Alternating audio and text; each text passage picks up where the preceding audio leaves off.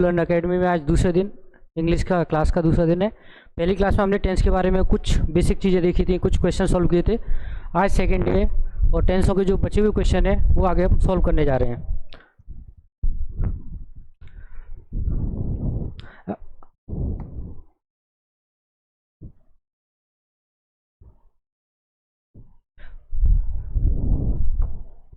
तो question solve करने से पहले टेंस के अपन आज कुछ बेसिक देख लेते हैं।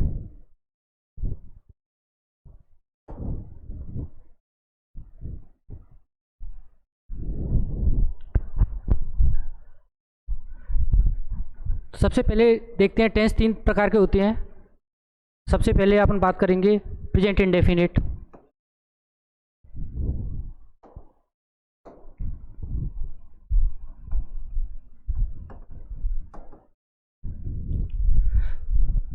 प्रेजेंट इंडेफिनिट या इसको सिंपल प्रेजेंट भी बोलते हैं। प्रेजेंट इंडेफिनिट टेंस के अंदर हमेशा वर्ब की फर्स्ट फॉर्म का यूज किया जाता है। सिंपल सा इसका रूल होता है, सब्जेक्ट प्लस वर्ब की फर्स्ट फॉर्म प्लस जो भी हो ऑब्जेक्ट। और इसके जो नेगेटिव और इंटरोगेटिव सेंटेंस होते हैं उसमें हेल्पिंग वर्ब यूज करते हैं अपन डू या डज का। डू आती है प्लूरल सब्जेक्ट के साथ और डज आएगी सिंगुलर सब्जेक्ट के साथ। अपन से एग्जाम में हमेशा टेंसों से रिलेटेड जो भी होती है correct form of the verb और टेंसों से रिलेटेड एरर स्पॉट कराने के लिए पूछा जाता है। तो इसमें कुछ ऐसे रूल्स होते हैं। प्रेजेंट इंडेफिनिट टेंस का मतलब होता है कि सेंटेंस प्रेजेंट समय में चल रहा है। तो इसमें कुछ अपन को ऐसे कीवर्ड्स होते हैं जो अपन को पहचानने हैं और क्वेश्चन को सॉल्व करना है। तो सबसे पहले अपन इसमें बात करते हैं, एक तो कोई भी रूटीन हो किसी का, चाहे वो रेगुलर हो या इरेगुलर, इसमें प्रेजेंट इंडेफिनिट टेंस का यूज किया जाएगा। इसके कुछ कीवर्ड हैं जैसे ऑलवेज। ऑलवेज का मतलब होता है हमेशा। कोई इंसान किसी काम को हमेशा करता है, ये उसके एक रूटीन को दर्शाता है, इसलिए हम इसके साथ ऑलवेज का यूज करेंगे। ऑलवेज। ऑफन। ऑफन का मतलब होता है अक्सर, ज़्यादातर कोई इंसान किसी काम को करता है। रेयरली। रेयरली का मतलब होता है कभी कभार। बेयरली, इसका मतलब भी कभी कभार। तो ऐसे ये कुछ कीवर्ड्स हैं जो किसी इंसान के रूटीन को दर्शाते हैं। जब किसी के रूटीन के बारे में बात हो और ये कीवर्ड्स आ जाएं अपने सेंटेंस में तो हमेशा प्रेजेंट इंडेफिनिट टेंस का यूज होगा। और दूसरी चीज़ इसमें एक होती है यूनिवर्सल ट्रुथ। जो चीज़ें हमेशा सत्य होती हैं वो चाहे किसी भी काल परिस्थिति में उनमें कोई परिवर्तन नहीं होता है, ऐसी चीज़ों के साथ भी हमेशा प्रेजेंट इंडेफिनिट टेंस का यूज किया जाता है। जैसे कि 2 and 2, अब ये 4, अब 2 और 2 4 होते हैं। हर कंडीशन में ये यूनिवर्सल ट्रुथ है। तो हमेशा इसमें 2 and 2 वर्ब की first form present indefinite tense का यूज किया जाएगा। तो इसमें यूज होगा मेक का। और इसमें जब सब्जेक्ट प्लूरल होता है तो वर्ब की फर्स्ट फॉर्म आती है, अगर सब्जेक्ट सिंगुलर होता है तो वर्ब की फर्स्ट फॉर्म का यूज करते हैं। तो इसका पहला पॉइंट ये रूटीन याद रखना है, ये कुछ शब्द हैं ये याद रखने हैं, और दूसरी चीज़ यूनिवर्सल ट्रुथ ये याद रखनी है। इन कंडीशन में हमेशा प्रेजेंट इंडेफिनिट टेंस का यूज किया जाता है।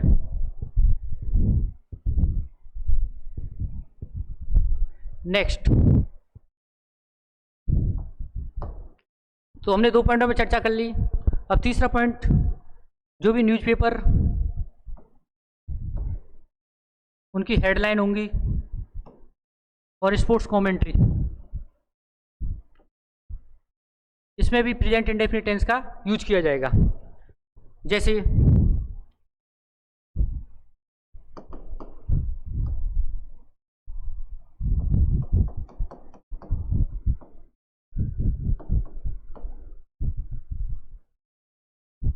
ये वर्ड स्पोर्ट्स की कमेंट्री से रिलेटेड है। Rohit off the ball to boundary. अब इसमें प्रेजेंट इंडेफिनिट टेंस का यूज होगा, Rohit strikes off the ball to boundary. Rohit singular subject है, सिंगुलर सब्जेक्ट के साथ वर्ब की फर्स्ट फॉर्म प्लस एस या ई एस।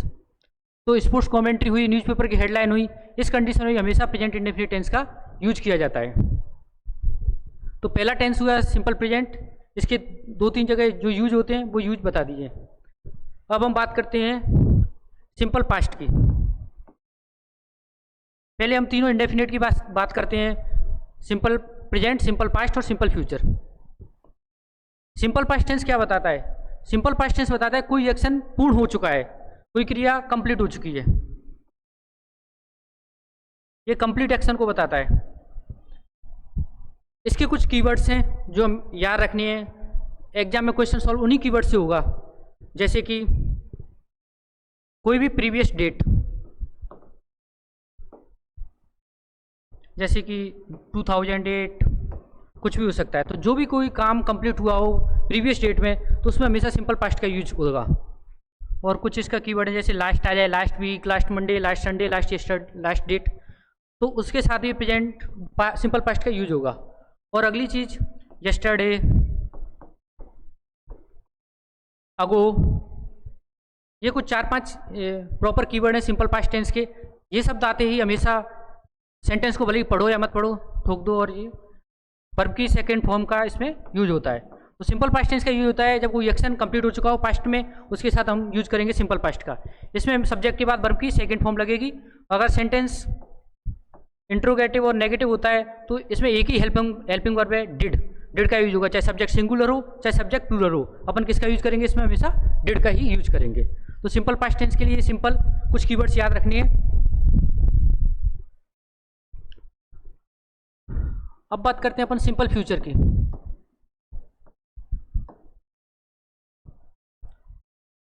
सिंपल फ्यूचर मतलब कोई काम कोई इंसान नियर फ्यूचर में करने वाला होता है, उस स्थिति में अपन करते हैं सिंपल फ्यूचर का यूज। हिंदी में जैसे बोलते हैं राम खाना खाएगा। इसमें भी कुछ कीवर्ड्स हैं जो हमें याद रखने हैं, अपन को स्पॉटिंग का एरर करनी है। तो जैसे टुमारो हुआ, ये नेक्स्ट डेट के बारे में बात करेगा। टुनाइट हुआ, और नेक्स्ट के बाद कुछ भी हो, जैसे next day, next Monday, next Sunday, कोई भी चीज़ हो अगर फ्यूचर की आ रही हो तो अपन सिंपल फ्यूचर का यूज करेंगे। इसमें भी दो हेल्पिंग वर्ब होती हैं, एक होती है शैल और दूसरी होती है विल।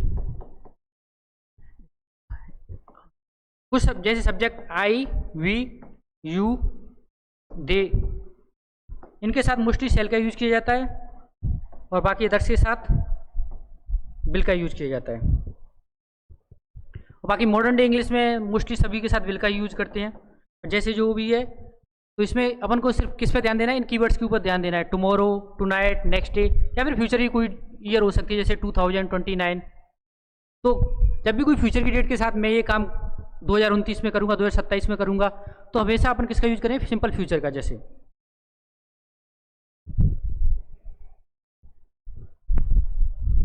अब बात करते हैं अपन प्रेजेंट कंटिन्यूअस की।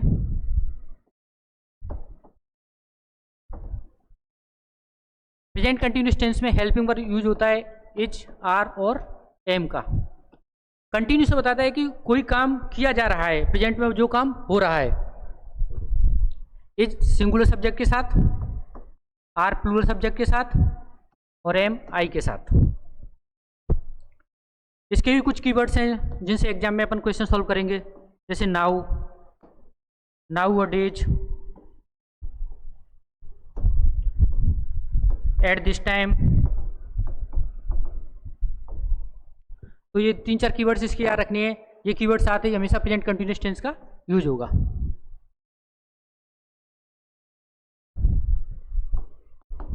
अब बात करते हैं पास्ट कंटिन्यूअस टेंस की। पास्ट कंटिन्यूअस टेंस की हेल्पिंग वर्ब होती हैं वॉज और वर। कोई घटना पास्ट में हुई होती है या पास्ट में हो रही होती है तो उसके लिए अपन यूज करेंगे पास्ट कंटिन्यूअस टेंस का।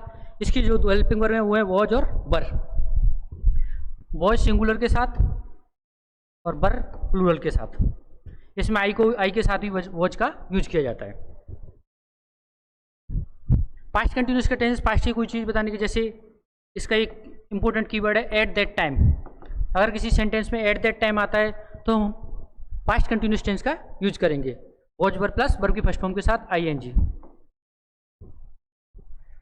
और एक और चीज़ है, जो भी हमारे इमेजिनेटिव सेंटेंस होते हैं,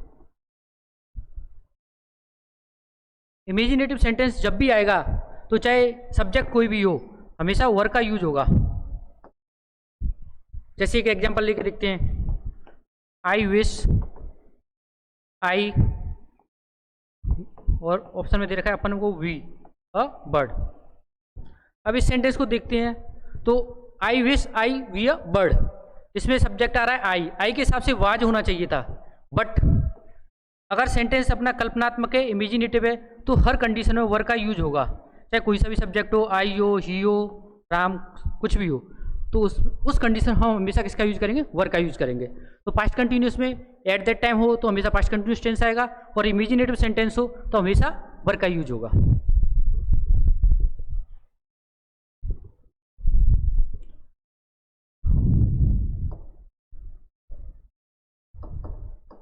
फ्यूचर कंटिन्यूस में हेल्पिंग वर्ब यूज करते हैं अपन शैल बी और विल बी, और कंटिन्यूस होगा तो वर्ब की फर्स्ट फॉर्म के साथ हमेशा यूज होगा आईएनजी का।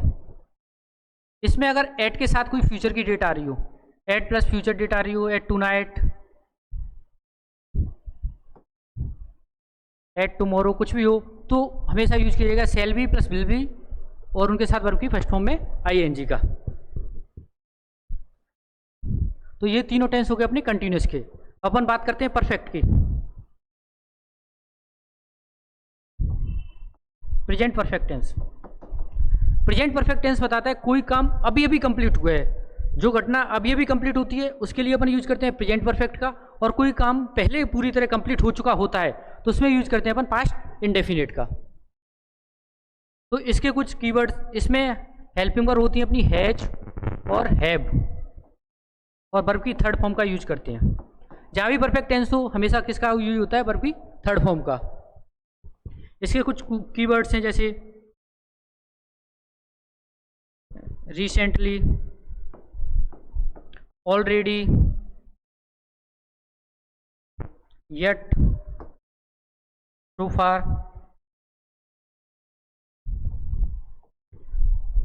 तो इसमें क्या होता है, कोई घटना अभी अभी घटित हुई होती है, अभी भी कंप्लीट हुआ होता है टास्क, प्रेजेंट परफेक्ट का यूज करते हैं, जैसे रिसेंटली, ऑलरेडी, येट, सो फार। ये सारे इसके कीवर्ड हैं, सेंटेंस में दिखें तो हमेशा प्रेजेंट परफेक्ट का यूज किया जाएगा। हम दो टेंसों में एक बार दो में काफी कंफ्यूज होते हैं, प्रेजेंट परफेक्ट और पास्ट इंडेफिनिट। जैसे कि एक क्वेश्चन है,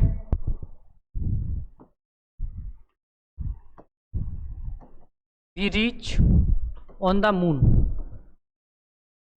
अब इसमें डेट नहीं दे रखी कोई पास्ट की, हम चांद तक पहुंचे। अगर कोई डेट का मेंशन नहीं हो और कोई घटना कंप्लीट दिखाई जा रही हो तो उसमें प्रेजेंट परफेक्ट टेंस का यूज करेंगे। तो यहां हो जाएगा वी हैव रीच्ड।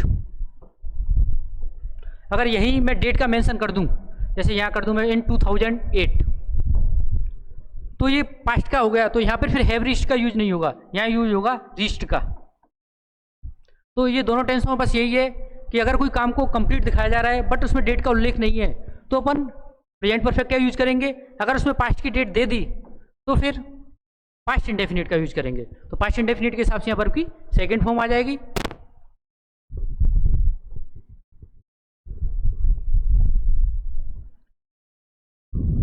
अब बात करते हैं अपन परफेक्ट कंटिन्यूअस की, सॉरी पास्ट परफेक्ट की।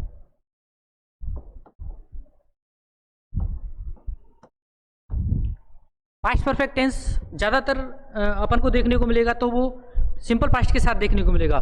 जब दो घटनाएं पास्ट में कंप्लीट होती हैं, जो घटना पहले कंप्लीट होती है उसके साथ अपन पास्ट परफेक्ट का यूज करते हैं, और जो घटना बाद में घटित होती है उसके साथ यूज करेंगे अपन सिंपल पास्ट का।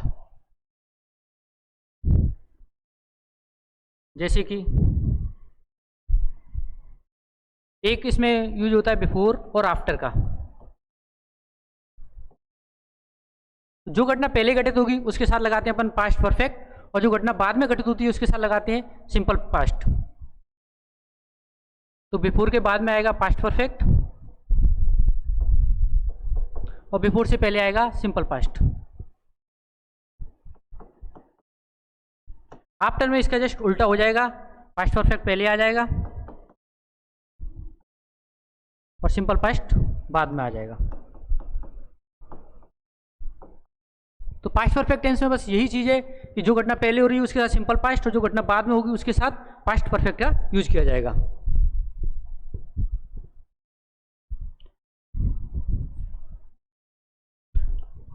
अब बात करते हैं परफेक्ट कंटिन्यूअस।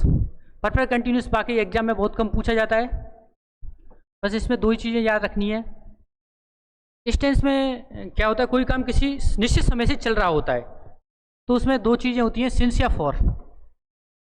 जैसे तुम्हारा जो सेंटेंस आएगा उसमें सिंस या फॉर देखना होगा। इसमें जो भी एरर आती हैं ज़्यादातर सिंस या फॉर से रिलेटेड आती हैं। सिंस का यूज किया जाता है पॉइंट ऑफ टाइम, एक निश्चित समय के साथ, और फॉर का यूज किया जाता है ड्यूरेशन ऑफ टाइम, मतलब कोई टाइम उसकी फिक्स ड्यूरेशन नहीं हो उस हिसाब से। जैसे कि कैलेंडर की जितनी भी चीज़ें हैं उन सब के साथ अपन यूज करेंगे सिंस का। कोई भी डे हो जैसे संडे, मंडे, ट्यूसडे, तो उसके साथ हमेशा यूज करेंगे सिंस का। कोई भी डेट हो, 21 मार्च, 31 मार्च, जो भी हो, उसके साथ भी यूज करेंगे अपन सिंस का। कोई भी ईयर दे रखी हो 2008, 2006, उसके साथ भी अपन किसका यूज करेंगे, सिंस का। और लाइफ की कोई स्टेज दे रखी हो जैसे एडल्टहुड, चाइल्डहुड, यंगहुड, तो इन सब के साथ भी किसका यूज किया जाता है, सिंस का यूज किया जाता है। और पार्ट ऑफ डे जैसे मॉर्निंग, इवनिंग, इन सब के साथ क्या किया जाता है, सिंस का यूज। सिंस का यूज ध्यान रखना है, कैलेंडर के साथ, लाइफ की स्टेज के साथ, और टाइम का कोई भी डे का पार्ट हो उसके साथ किया जाता है। बाकी और कुछ भी हो जैसे 5 डेज, 10 डेज, 3 मंथ्स, जो भी अनिश्चित टाइम हो, एक ड्यूरेशन हो, जैसे कि मैं ये काम 5 दिन से कर रहा हूँ, तो इसमें क्या है, ड्यूरेशन आ रहा है, तो इसके साथ यूज करेंगे फॉर का। तो ज़्यादातर परफेक्ट कंटिन्यूस में जो भी क्वेश्चन पूछा जाएगा उसमें सिंस या फॉर की मिस्टेक होगी और उसी से रिलेटेड होगा। अब अपन क्वेश्चन की तरफ आते हैं। आई होप सभी को बेसिक क्लियर होगा, समझ में आ गया होगा। अब अपन क्वेश्चन को डिस्कस करते हैं।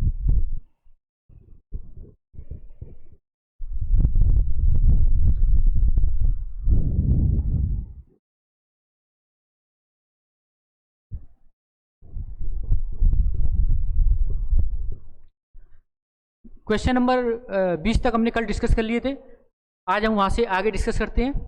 देखो ये क्वेश्चन है, John as well as Tom is waiting for you. तो यहाँ पे दो चीज़ें आ रही हैं, एक शब्द पकड़ना है अपन को, एज वेल एज। तो देखो, हालांकि ये सब्जेक्ट वर्ब एग्रीमेंट से रिलेटेड क्वेश्चन है, यहाँ टेंस में आ गया है। जब भी दो सब्जेक्ट एज वेल एज से जुड़े हो, as well as, with, along with, all together, अगर इन सारे शब्द के साथ दो सब्जेक्ट आपस में जुड़े हुए हो, जॉन और टॉम दो सब्जेक्ट हैं, दोनों एक दूसरे के साथ कैसे जुड़े हुए, एज वेल एज, तो जब भी जुड़े हो तो हेल्पिंग वर्ब जो आएगी वो हमेशा फर्स्ट सब्जेक्ट के अकॉर्डिंग यूज की जाती है। तो देखो जॉन, जॉन है सिंगुलर, तो इसमें हेल्पिंग वर्ब कौन सी यूज करेंगे अपन, सिंगुलर के हिसाब से। अपन एक नज़र डालते हैं ऑप्शंस की तरफ। जैसे ही अपन ऑप्शन की तरफ नज़र डालेंगे तो वर प्लूरल की हेल्पिंग वर्ब है, तो इसमें एलिमिनेट हो जाएगी। हैव बीन, ये भी प्लूरल की हेल्पिंग वर्ब है, ये भी एलिमिनेट हो जाएगी। आर, ये भी प्लूरल की हेल्पिंग वर्ब है। तो देखो देखते ही पता चल रहा है इज का यूज होगा। John as well as Tom is waiting for you, John और उसके साथ साथ टॉम भी तुम्हारा इंतजार कर रहा है। तो ये सब याद रखना है, ये सब कहीं भी देखे तो हेल्पिंग वर्ब यूज किसके साथ करेंगे, फर्स्ट सब्जेक्ट के साथ, चाहे सेकंड सब्जेक्ट कुछ भी हो।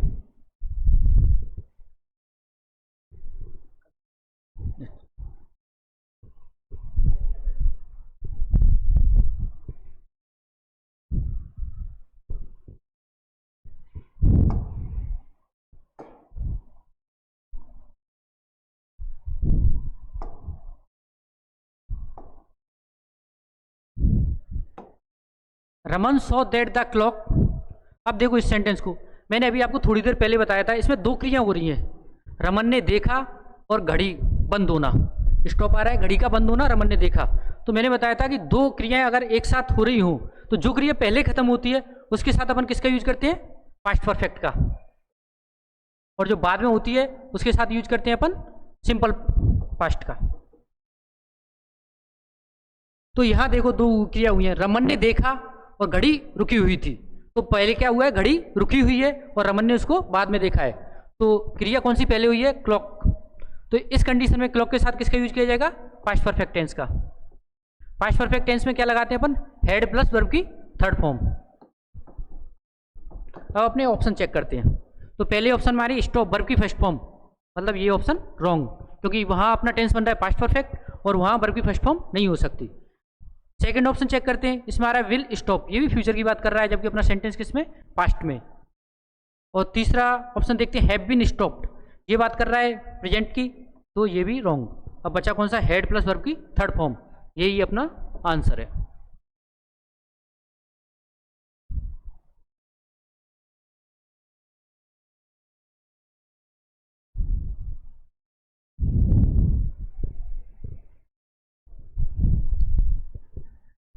Next question, it is time. एक रूल और है, कहीं भी इट इज टाइम हो या इट इज हाई टाइम, अगर ये दो शब्द दिखते हैं सेंटेंस के अंदर और उनके बाद किसी सब्जेक्ट का यूज होता है, कोई भी सब्जेक्ट हो, तो हमेशा ऐसी कंडीशन में वर्ब की सेकंड फॉर्म का ही यूज होगा। अगर इट इज टाइम के बाद कोई सब्जेक्ट हो या इट इज हाई टाइम इसके बाद कोई सब्जेक्ट हो, तो हमेशा याद रखना वर्ब की सेकंड फॉर्म। तो यहाँ ऑप्शन चेक करते हैं अपन, पहला स्टॉप वर्ब की फर्स्ट फॉर्म, ये भी नहीं हो सकता। अपन चेक दूसरा ऑप्शन देखते हैं, हैव स्टॉप्ड प्रेजेंट परफेक्ट की बात कर रहा है, जबकि इस कंडीशन अपन को क्या लगानी, वर्ब की सेकंड फॉर्म, अपना option number C, sorry option number D, stopped. It is time you stop playing, तो इट इज टाइम और इट इज हाई टाइम अगर इनके पास सब्जेक्ट का उल्लेख हो कहीं भी, तो वर्ब की सेकंड फॉर्म का ऑलवेज यूज किया जाएगा।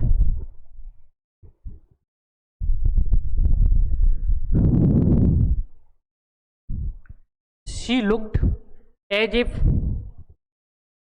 पास्ट 4 years, वो ऐसे लगा जैसे ऐसे लगी कि वो कई सालों से नहीं नहाई हो। तो देखो इसमें अपना सेंटेंस है, कौन से टेंस में चल रहा है, पास्ट टेंस में, तो जो एलिमिनेशन मेथड लगाएंगे तो हैज नॉट वॉश्ड तो पहले ही एलिमिनेट हो जाएगा। और इसमें दो क्रिया हो रही हैं, पहली क्रिया उसने देखा और दूसरी क्रिया क्या है, वो सालों से नहाई नहीं है।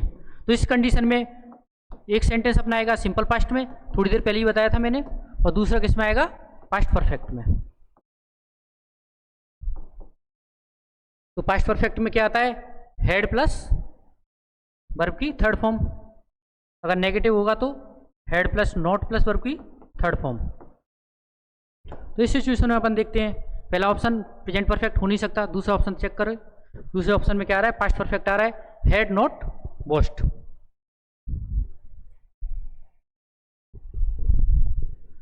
ईदर द बॉय और द गर्ल एट फॉल्ट, इसमें यूज हो रहा है ईदर और का।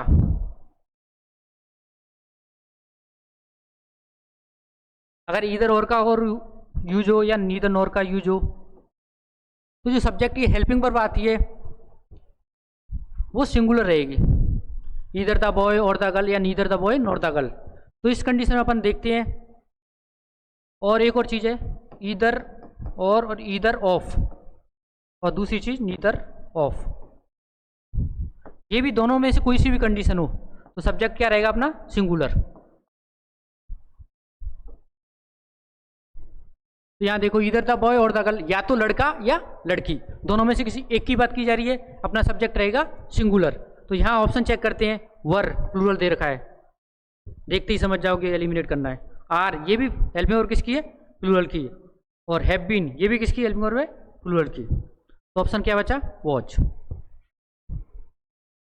तो इसमें याद रखना है ईदर और, नीदर नॉर, ईदर ऑफ और नीदर ऑफ, ये सारे सब्जेक्ट होते हैं, ये हमेशा सिंगुलर को दर्शाएंगे, मतलब दो में से अपन एक चूज करते हैं इसमें।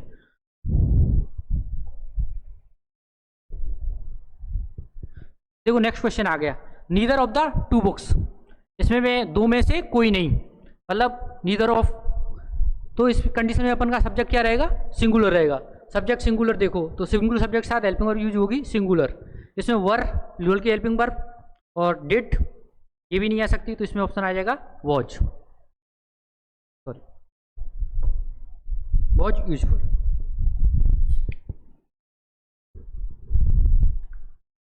ये सेंटेंस मॉडल का आ गया इसमें, हालांकि इसका आंसर बता देता हूँ तुम्हें, शूट रहेगा, बाकी रूल्स मॉडल्स के साथ समझा देंगे।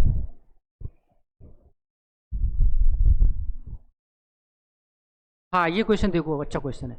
Hello Jim, I didn't expect to see you today, Sonia said you were ill, मतलब जिम मैंने उम्मीद नहीं, आज तुमसे मिलने की मुझे उम्मीद नहीं थी, सोनिया ने बताया तुम बीमार थे। तो देखो इस सेंटेंस को देखो, इसके दो पार्ट हैं, पहला पार्ट डिड नॉट आ रहा है,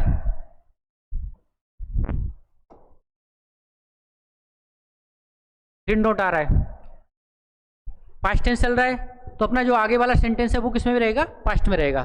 तो इसमें जो भी प्रेजेंट और फ्यूचर से रिलेटेड ऑप्शन हो वो एलिमिनेट हो जाएंगे। जैसे आर दे रखा है तो ये एलिमिनेट हो जाएगा। Sonia said you were ill, you कौन सा सब्जेक्ट है, प्लूरल है, प्लूरल के साथ वॉच आ नहीं सकता, तो ऑप्शन नंबर 2 भी अपना एलिमिनेट हो जाएगा।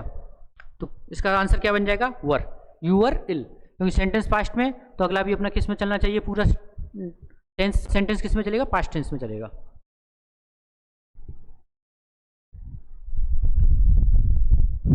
Ajay to Gurgaon last week to visit his parents. Ajay पिछले सप्ताह अपने पेरेंट्स से मिलने के लिए गुड़गांव गया। अभी मैंने आपको एक कीवर्ड बताया था, लास्ट के साथ पास्ट का कोई भी हो, लास्ट आ रहा है और वीक आ रहा है, मतलब क्या आ रहा है, ये पास्ट की बात कर रहा है। और जैसे ही मैंने बताया कि जब भी पास्ट का कोई मेंशन हो तो किसका यूज किया जाएगा, सिंपल पास्ट का। लास्ट के साथ कुछ भी हो, कोई डेट हो, टाइम हो, कुछ भी हो, सिंपल पास्ट का यूज करेंगे। सिंपल पास्ट में क्या होता है, वर्ब की सेकंड फॉर्म। तो यहाँ देखो has driven, has plus verb की थर्ड फॉर्म, प्रेजेंट परफेक्ट आ रहा है, नहीं हो सकता। अब देखो ड्राइव की अपन को सेकंड फॉर्म भी पता होना चाहिए, सेकंड फॉर्म क्या होती है। ड्राइव की सेकंड फॉर्म ड्रॉप होती है, ड्राइव्ड नहीं होती। और विल ड्राइव ये फ्यूचर की बात कर रहा है, ये भी ऑप्शन नहीं हो सकता। तो इसका ऑप्शन क्या रहेगा, ड्रॉप, ड्राइव, ड्रॉप, ड्रिवन।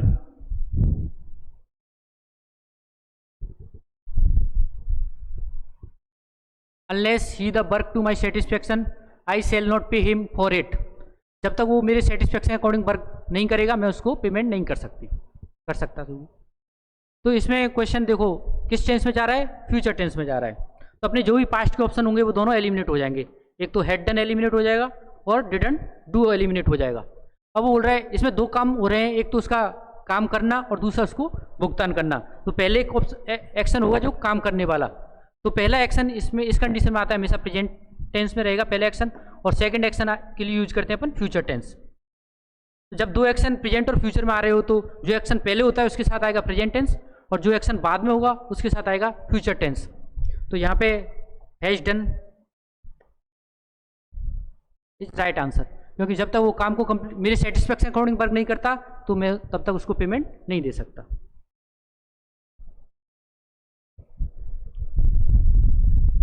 ही woke up his friend left. अब इस क्वेश्चन को देखो, इस क्वेश्चन में भी दो एक्टिविटी साथ में हो रही हैं, एक तो वो जगह और दूसरा उसका फ्रेंड निकल गया। तो मतलब उसके जगह तब तक उसका फ्रेंड चला गया। तो जो एक्टिविटी पहले होती है उसके साथ अपन किसका यूज करते हैं, बहुत बार बताया मैंने, पास्ट परफेक्ट, मतलब हैड प्लस वर्ब की थर्ड फॉर्म। अपने ऑप्शन चेक करते हैं, इसमें हैव बीन दे रखा है, प्रेजेंट की बात कर रहा है, ऑप्शन नहीं होगा। नेक्स्ट ऑप्शन हैड बीन, ये पास्ट परफेक्ट कंटिन्यूअस टेंस की हेल्पिंग वर्ब दे रहा है, ये ऑप्शन भी नहीं हो सकता। और हैड प्लस वर्ब की थर्ड फॉर्म, तो हैड ऑलरेडी लेफ्ट, वर्ब की थर्ड फॉर्म दे रखी है, इसका आंसर हो जाएगा हैड ऑलरेडी। तो जब भी सिंपल पास्ट हो तो उसका हमेशा फॉलो करेगा पास्ट परफेक्ट के साथ।